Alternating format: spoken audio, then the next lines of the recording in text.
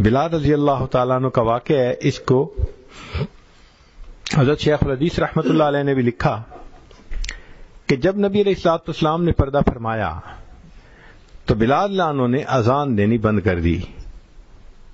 کہنے لگے کہ پہلے میں اذان دیتا تھا تو نبی علیہ الصلوۃ والسلام کا دیدار بھی کرتا تھا، اب میں اگر اذان دوں گا اور دیدار نہ کر سکوں گا تو یہ چیز مجھ سے برداشت نہیں ہو سکے گی. چنانچہ ہجرت کر کے شام چلے گئے. بلاد شام کی طرف ہجرت کرنے کے مستقل فضائل ہیں، حدیث پاک سے ثابت ہے.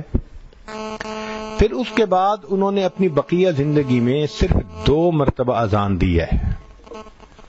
وہ کیسے کہ جب بیت المقدس فتح ہوا تو اس وقت بھی بلال لانو وہیں تھے، تو عمر لانو نے فرمایا بلال، نبی علیہ السلام کے زمانے میں تم ہمیں اللہ اکبر اذان کی آواز سناتے تھے، آج اللہ نے بیت المقدس کو فتح کروا دیا تو میرا جی چاہتا ہے قبلہ اول میں بھی میں تمہاری اذان سنوں. اب امیر المومنین کا حکم ایسا تھا کہ انکار کی گنجائش نہ تھی، تو بلال لانو نے اذان دی. پھر اس کے بعد دوسرا موقع حضرت شیخ الحدیث رحمۃ اللہ علیہ نے اس کو لکھا کہ بلال لانو رات کو سوئے ہوئے ہیں، نبی علیہ الصلوۃ والسلام کی دیدار نصیب ہوا تو نبی علیہ السلام نے فرمایا بلال کتنی سرد مہری ہے کہ اتنا عرصہ گزر گیا تم ہمارے پاس آتے ہی نہیں.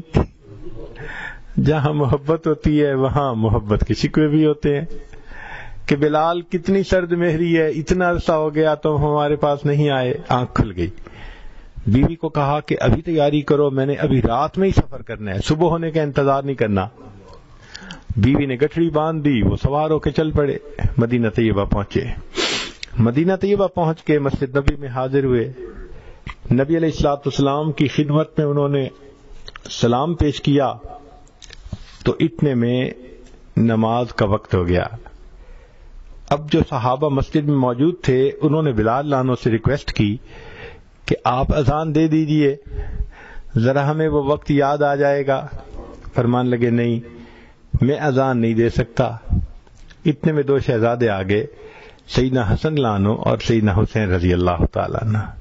اب حسنین کریمین نے بھی کہا کہ ہمیں نانا جان کے زمانے کی آواز سنا دیجئے. اب 2 شہزادوں کی فرمائش ایسی بات تھی کہ انکار کی گنجائش نہ تھی، تو بلال لانو نے اذان دینی شروع کر دی.